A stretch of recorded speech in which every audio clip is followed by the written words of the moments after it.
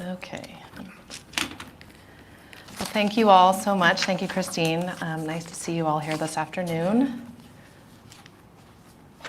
Great. So this year's indicators report on building electrification defines what building electrification is, describes the benefits and complexities, explores data on gas use in San Mateo County buildings across different sectors, and provides recommendations for residents and local decision makers on how to promote building electrification going forward. Throughout the report, there are also sidebars highlighting key organizations working on electrification across the county, as well as role models from around the county, the Bay Area, the state, the nation, and other countries. To start, the report defines building electrification to create a common understanding of what this term means. And we're not just talking about building electrification, but beneficial building electrification, meaning replacing direct fossil fuel use in buildings with efficient electric alternatives in a way that reduces emissions and energy costs, improves quality of life, and/or strengthens the grid. And we also discuss the importance of electrification benefiting all communities, not leaving disadvantaged communities or marginalized populations behind to continue bearing the burdens of relying on fossil fuels while wealthy communities reap the benefits of electrification. There go my notes. Excuse me. And there are many benefits of electrification. Our report covers each of these topics in detail. In the interest of time, I'm going to highlight the health and safety and environmental benefits, and I know that I'm sure cost savings, resilience, and job creation will come up during our keynote and our panel discussion. Our report highlights the dangers to health and safety that natural gas use presents and the benefits of replacing gas use with clean, efficient electric alternatives. For example, gas-powered appliances release indoor pollution. Children who grow up in a home with a gas stove are 42% more likely to develop asthma than those who don't. And a Stanford study has shown that gas stoves leak methane even when they're turned off. We know that natural gas infrastructure can also be dangerous. Sadly, we have a tragic example of that here in our own community with the San Bruno pipeline explosion in 2010 that killed 8 people, injured 60, and destroyed 38 homes.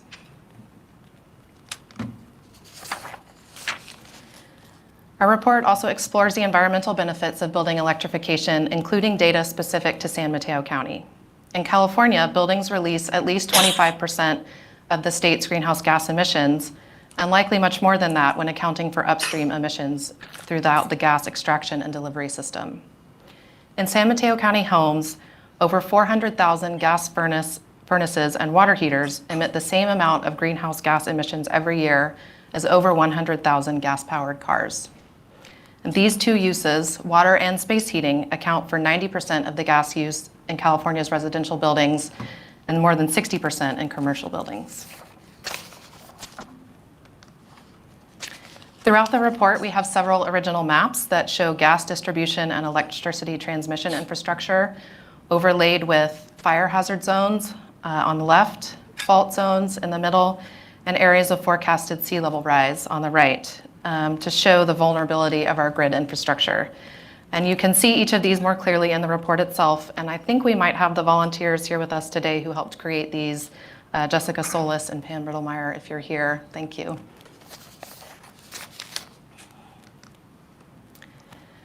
Our indicators report also includes a section on San Mateo County buildings. Data available through BayREN's Bay Area Energy Atlas shows that 90% of building square footage in the county is residential. You can see on the left-hand graph, about 60% is single family, that's in the lime green, and the bright green is that about 30% multifamily. You see commercial buildings in the dark green or teal make up 3% of square footage, but you can see on the right hand account for 1/3 of natural gas use. These square footage averages hold true over most of the county with a few exceptions. The cities of Brisbane, Colma, and South San Francisco have over 30% commercial and industrial building square footage, and the city of San Mateo is approximately 80% multifamily. Another way to understand the prevalence of gas use in San Mateo County residences is to look at demographic and appliance saturation data. Our report includes this graphic as well as a table of the data behind these figures, showing that a large percentage of homes in San Mateo County are still using gas water heaters, gas furnaces, gas cooktops, and gas clothes dryers.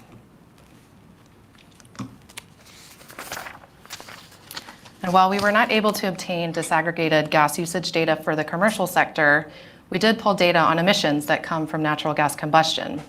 And this data show that food services, which is in blue, healthcare in green, and education in orange, are the biggest users of natural gas, although I will point out that the largest section, the gray section, are from unspecified sources.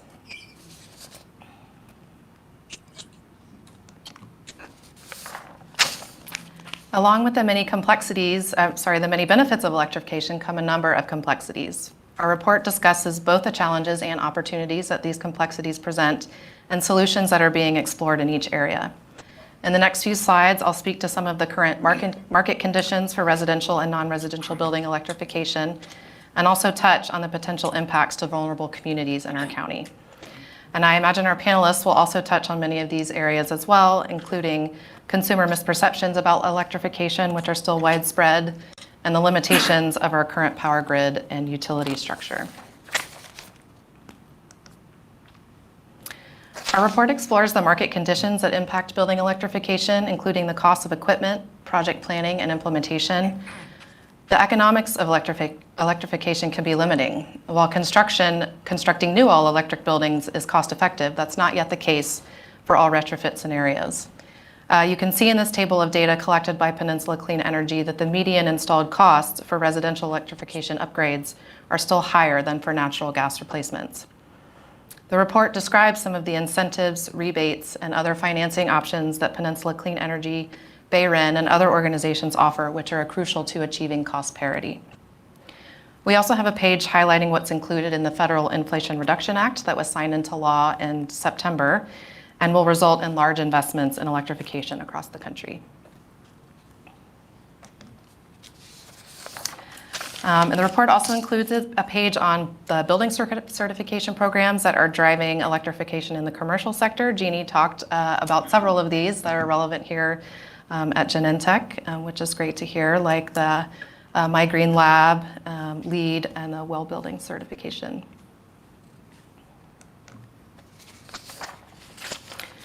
Our report also includes a section on the most vulnerable communities in our county.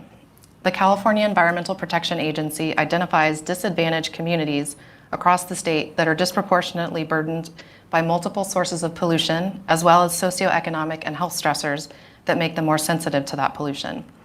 The Cal EnviroScreen score, which you can see in the top row of the table, is a measure of that cumulative burden. Higher scores mean higher burdens.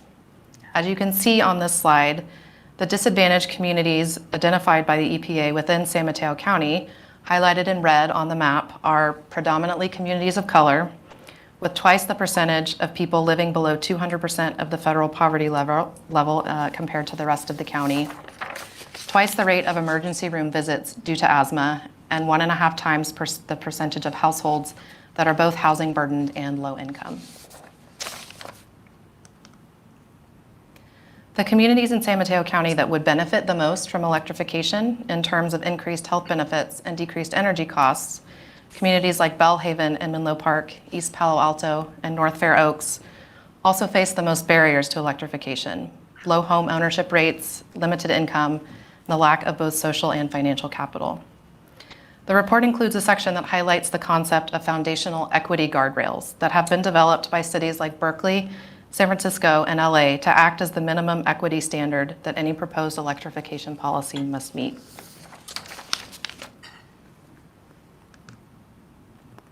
These are a few examples of the key organizations and role models highlighted in the report. There are 20 of these throughout the report showcasing individuals, organizations, companies, and municipalities.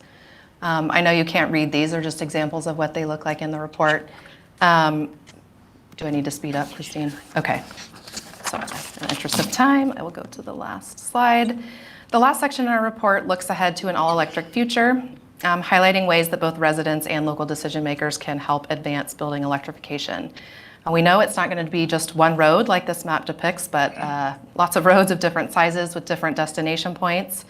But just to highlight a few things on here, we've identified short-term, mid-term, and long-term options like community engagement and public awareness, adopting and updating REACH codes, which we've spoken about both for new construction and existing buildings, and supporting large-scale regulatory and market change.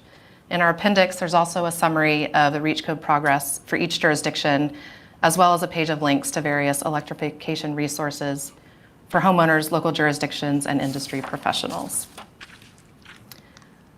I encourage you to check out the full report online. We've worked hard to make it visually engaging with lots of infographics and hyperlinks. And a 4-page brochure will also be available soon that summarizes the main highlights of the report.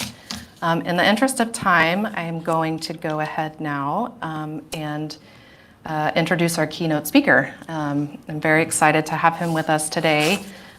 Panama Bartolome is the director of the Building Decarbonization Coalition, which is a multi-sector forum advocating for and creating solutions for our pollution-intensive building stock. He has a deep experience across a number of organizations and has worked on climate solutions in over 30 countries. So please join me in welcoming Panama.